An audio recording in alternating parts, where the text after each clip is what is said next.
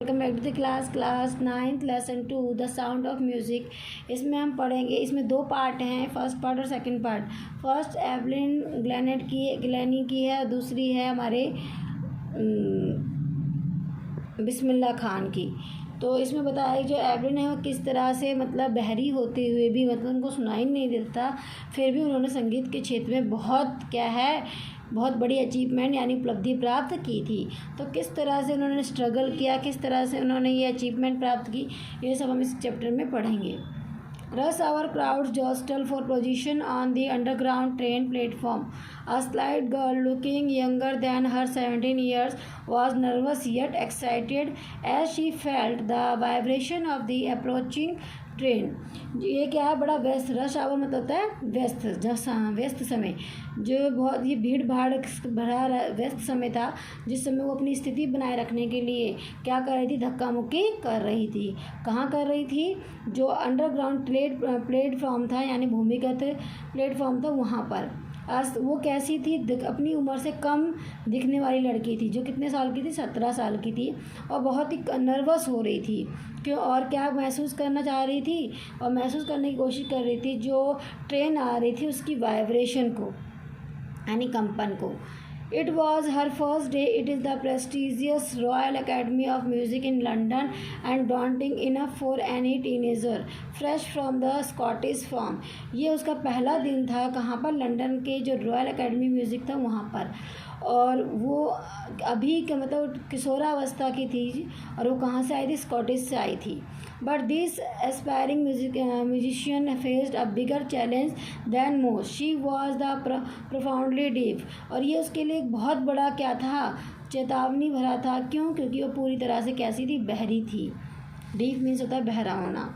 Evelyn Glennie's loss of hearing had been gradual. Her mother remembers noticing something was wrong when the 8-year-old Evelyn was waiting to play the piano. They called her name and she didn't move. क्या वो कह रहे हैं कि जो ये धीरे धीरे उसकी सुनने की शक्ति चली ख़त्म हो गई थी। एक उसकी माँ को याद है कि जब वो 8 साल की थी और जब वो पियानो बजाने के लिए इंतज़ार कर रही थी, तो जब उन्होंने किसको बुलाया, एवलिन को बुलाया, तो उसने कोई रिस्पॉन्स नहीं दिया। I suddenly realized that she had not heard says Isabel Glennie. और उसे क्या है, इस बात का महसूस हुआ कि उसे क्या है, वो सुन नहीं सकती है। For quite a while, Evelyn managed to conceal her growing deafness from friends and teachers.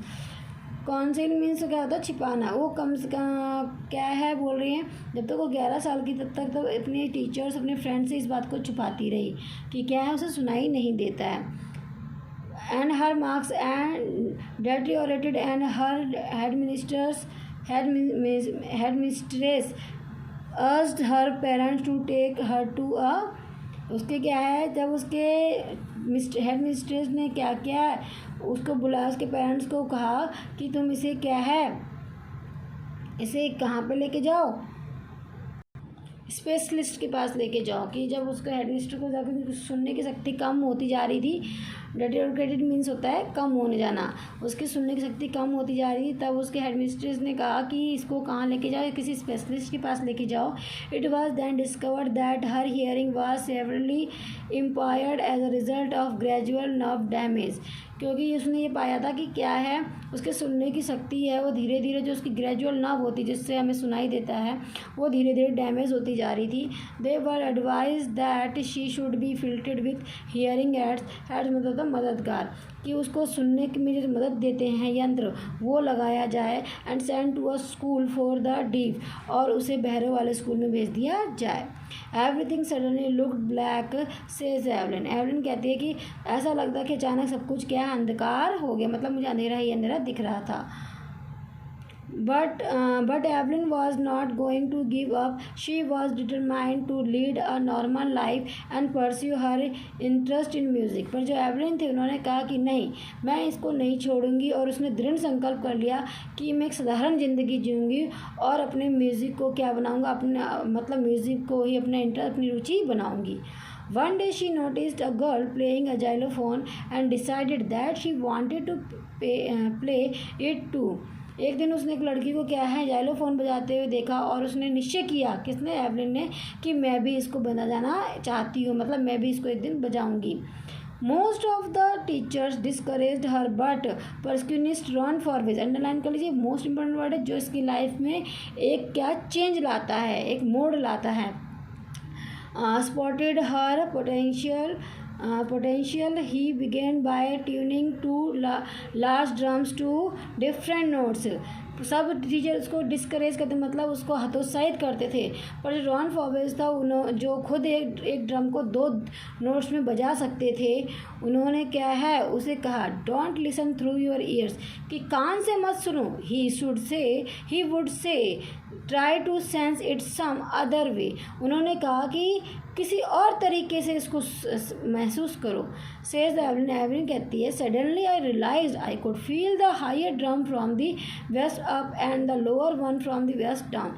उसने महसूस किया कि जो ड्रम की हाई बीट है वो कमर के ऊपर के हिस्से से और जो लोअर बीट है वो कमर के नीचे के हिस्से से उसे महसूस करने लगी थी. फॉर्बेज रिपीटेड द एक्सरसाइज. उसने ये जो अभ्यास था कई बार रिपीट कराया. And soon Evelyn discovered that she could sense certain notes in the different parts of her body. I had learned to open my mind and body to sound and vibration. The rest was sheer determination and hard work. कि क्या कहती कि अब उसने पाया कि वो क्या है अपने शरीर के अलग अलग हिस्सों से म्यूजिक को महसूस करने लग गई थी. उसने अपने मस्तिष्क को खोला और अपने बॉडी को और साउंड, ताकि उस साउंड को और वाइब्रेशन को क्या कर सके, ऑब्जर्व कर सके. और बाकी सब उसका कड़ी मेहनत थी. इससे आगे हम नेक्स्ट क्लास में पढ़ेंगे.